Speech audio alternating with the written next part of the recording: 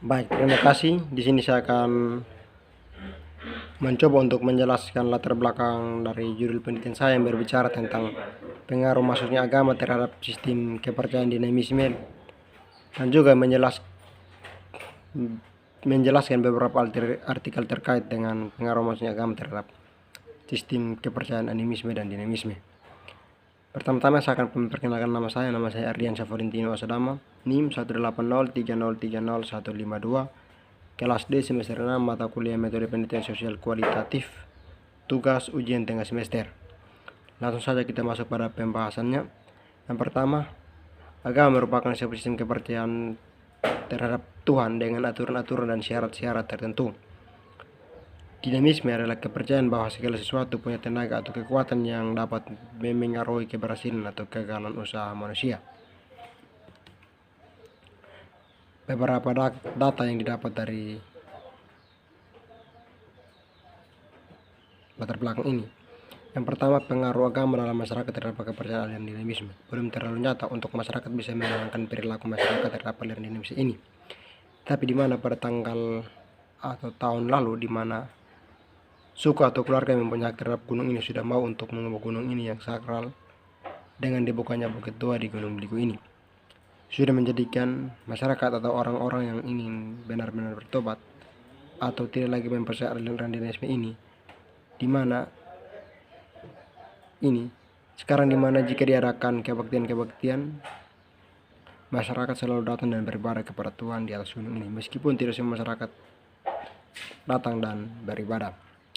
Dan kenyataan sekarang di mana gunung ini telah diubah menjadi bukit tua sudah mempunyai pengaruh yang sangat signifikan, karena pengaruh dari agama tersebut terlalu amat besar terhadap masyarakat desa Mas, terutama keluarga atau suku yang mempunyai gunung ini. Dengan diubahnya Gunung Beligo ini menjadi bukit tua, keluarga atau suku ini sudah dapat terlepas dari ikatan dinamisme dari gunung yang dahulu kala mungkin atau sudah pernah diikat oleh nenek moyang mereka, dan mereka kembali dan percaya terhadap ajaran agama yang telah diajarkan. Kita masuk pada slide yang berikut, yaitu beberapa artikel terkait. Yang pertama, kepercayaan animisme dan dinamisme dalam masyarakat Islam Aceh. Persamaan yang menjadi persamaan di sini ialah kenyataan atau realita yang terjadi dalam kehidupan masyarakat Aceh, di mana orang-orang telah mengenal akan agama, tetapi masyarakat ini percaya terhadap aliran animisme, dan mulai dari mereka yang baru lahir hingga kematian pun masih dipercaya dan dipertahankan. Yang menjadi perbedaan di sini ialah penelitian ini lebih membahas tentang atau lebih meneliti tentang ajaran-ajaran yang ditinggalkan oleh nenek moyang mereka yang dipercaya masih memiliki kekuatan gaib yang dapat menolong mereka, dan kepercayaan ini dinamakan bid'ah dan tahyul. Kekuatannya yang menjadi kekuatan ialah penelitian eksploratif ini menggunakan pendekatan kualitatif. Studi ini mengemukakan bahwa masyarakat Islam Aceh hingga sekarang ini masih mengamalkan dan mempercayai ajaran agama dan kepercayaan yang ditinggalkan oleh nenek moyang mereka. Kelemahan yang menjadi kelemahan adalah sebagian banyak orang yang belum benar-benar paham tentang agama, dan itu mereka belum mau untuk mengikuti ajaran agama dan masih percaya terhadap aliran-aliran di atas. Kita masuk pada slide yang berikut, pengaruh pendidikan akhlak terhadap kepercayaan animisme remaja. Yang menjadi persamaan di sini ialah bagaimana tujuan dari penelitian ini, yaitu mengetahui seberapa besar pengaruh dari pendidikan akhlak yang diberikan dapat dalam berbagai aspek, dan aspek pendidikan akhlak yang terpenting diterapkan yakni dalam lingkungan keluarga dan masyarakat. Karena seorang remaja secara tidak langsung masih bergantung pada orang tua walaupun mereka sebenarnya ingin kebebasan. Akhlak yang diterapkan sejak kecil akan membawa pengaruh yang baik dalam pola pemikiran dan tingkah laku remaja.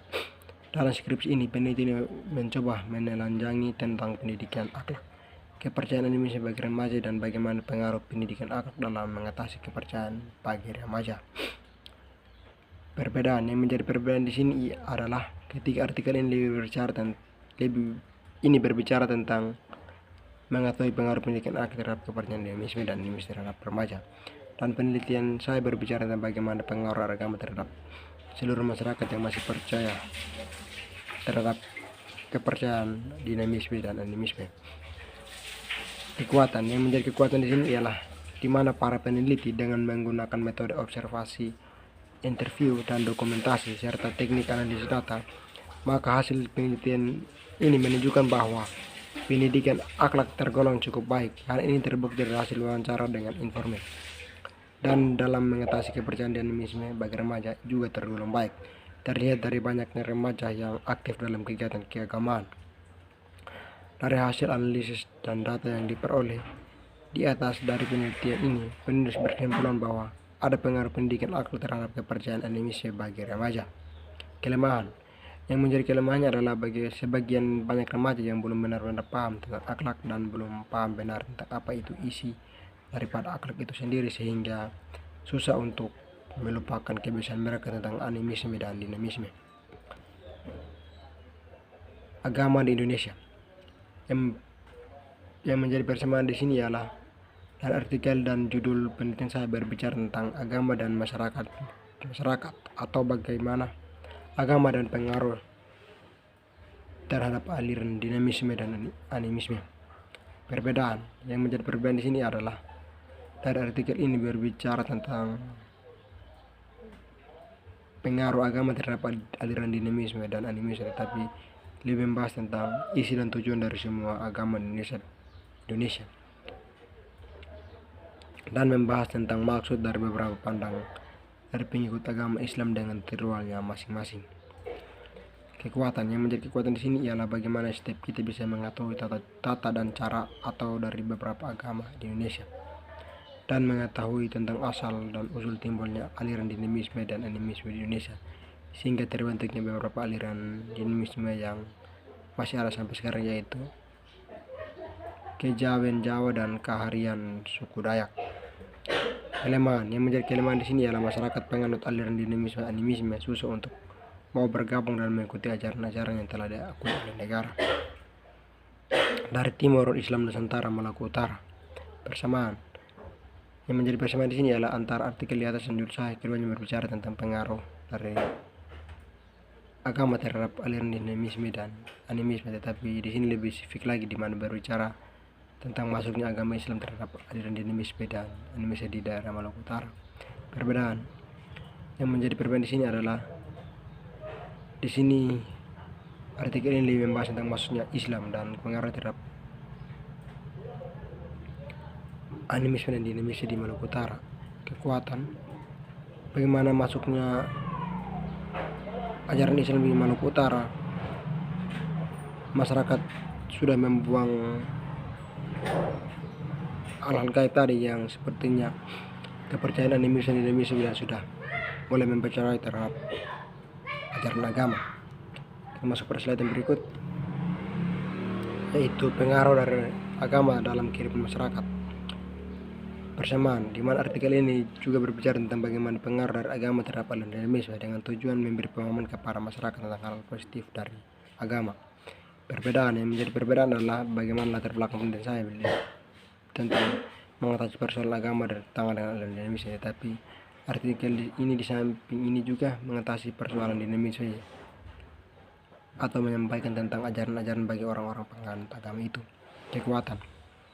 Kekuatan dari artikel di samping ini menurut saya punya kekuatan yang sangat kuat sehingga mampu untuk merubah masyarakat untuk mengikuti apa yang menjadi ajaran dari agama tersebut.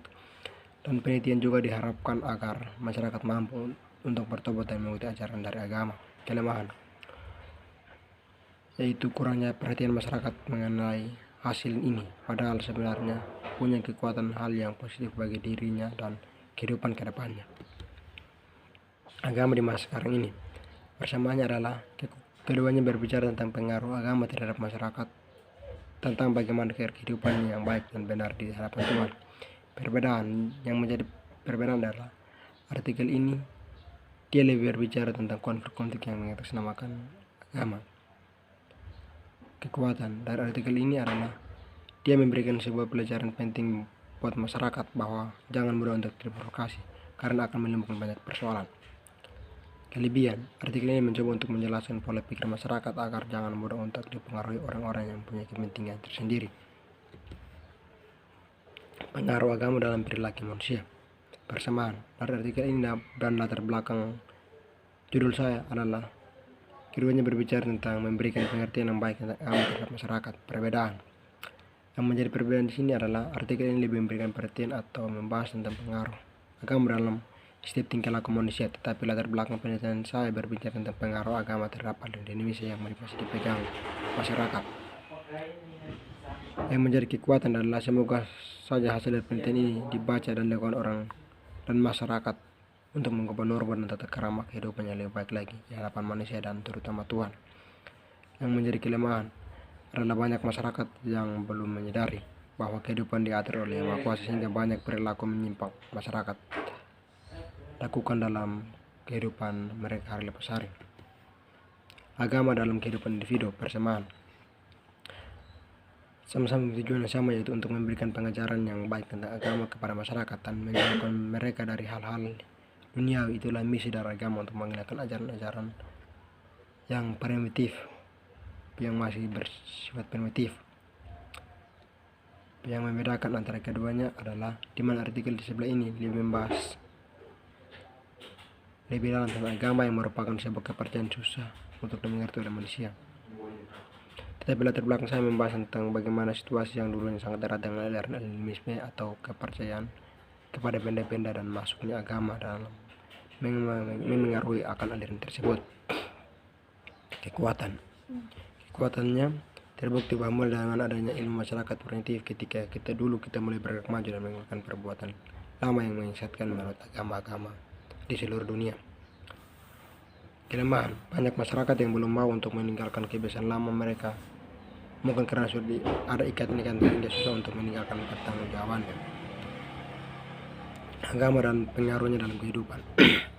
Yang menjadi persamaan di sini adalah di mana kedua penelitian punya tujuan yang sama untuk memberikan pemahaman yang baik benar tentang agama kepada masyarakat.